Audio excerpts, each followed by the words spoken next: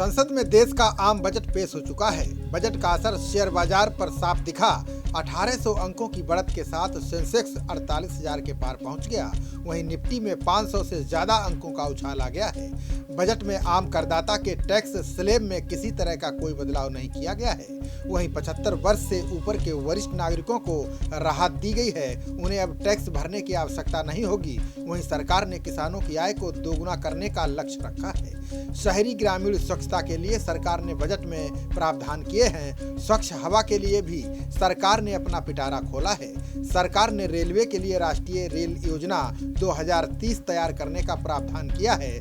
जल्द ही voluntary scrap policy को भी लॉन्च किया जाएगा। बीमा क्षेत्र में 74% तक एफडीआई को मंजूरी दी गई है। वहीं प्रवासी मजदूरों के लिए एक पोर्टल बनाया जाएगा जिसमें उनसे जुड़ी जानकारी होगी।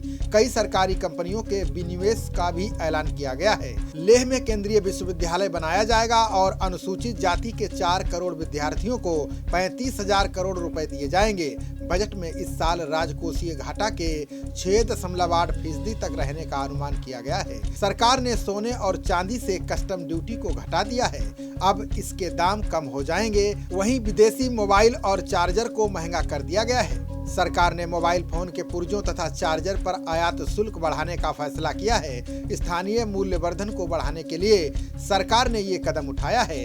इससे मोबाइल फोन महंगे हो सकते हैं। वित्त मंत्री निर्मला सीतारमण ने सीमा शुल्कों में 400 रियायतों की समीक्षा की घोषणा की। इनमें मोबाइल उपकरण भी शामिल हैं। वित्त मंत्री ने कहा कि लेह में केंद्रीय विश्वविद्यालय स्थापित किया जाएगा। इसके साथ ही देश भर में 100 नए सैनिक स्कूल भी खोले जाएंगे। इनके साथ ही केंद्रीय वित्त मंत्री ने बजट में बड़ी घोषणा करते हुए कहा कि देश भर में 15,000 आदर्श स्कूल बनाए जाएंगे। केंद्रीय वित्त मंत्री निर्मला सीतारमण ने घोषणा की कि 758 स्कूल आदिवासी क्षेत्रों में खोले जाएंगे ताकि आदिवासी क्षेत्रों में बच्चों को बुनियादी सुविधाएं मुहैया कराई जा सकें। ये स्कूल एकलव्य स्कूल होंगे। आम बजट 2021-22 में देश के किसानों और कृषि क्षेत्रों से जुड़े लोगों को बड़ी सौगात दी गई है। सरकार का दावा है कि अगले वर्ष तक देश के किसानों की आय दोगुनी हो जाएगी। वित्त मंत्री निर्मला सीतारमण ने कृषि सेक्टर के लिए 16.5 लाख करोड़ रुपए के बजट का ऐलान किया, जिसमें पिछले साल के मुकाबले इजाफा किया गया है। वित्त मंत्री ने बताया कि साल 2021-22 में एग्रीकल्चर क्रेडिट टारगेट यानी कृषि कर्ज का लक्ष्य 16.5 लाख करोड़ का है।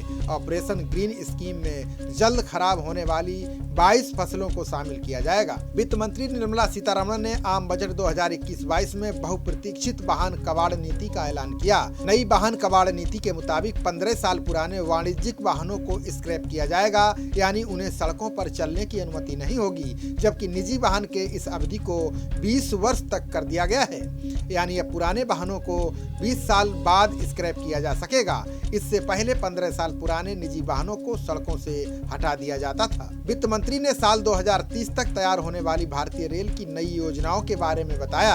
अपने भाषण में उन्होंने कहा कि इस साल रेल बजट 1.10 लाख करोड़ रुपए खर्च किए जाएंगे।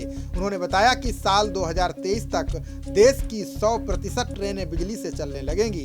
वहीं रेलवे की प्राथमिकताओं पर भाषण देते हुए वित्त मंत्री ने ईस्टर्न और वेस्टर्न डीएफसी के विस्तार की बात कही है।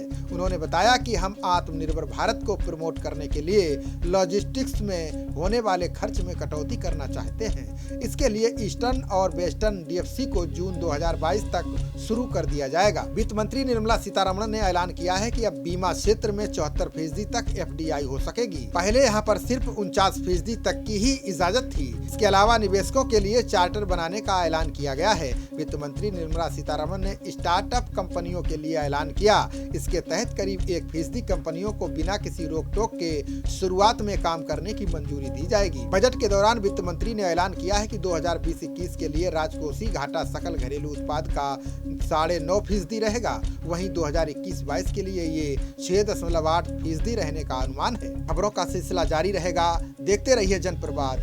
नमस्कार।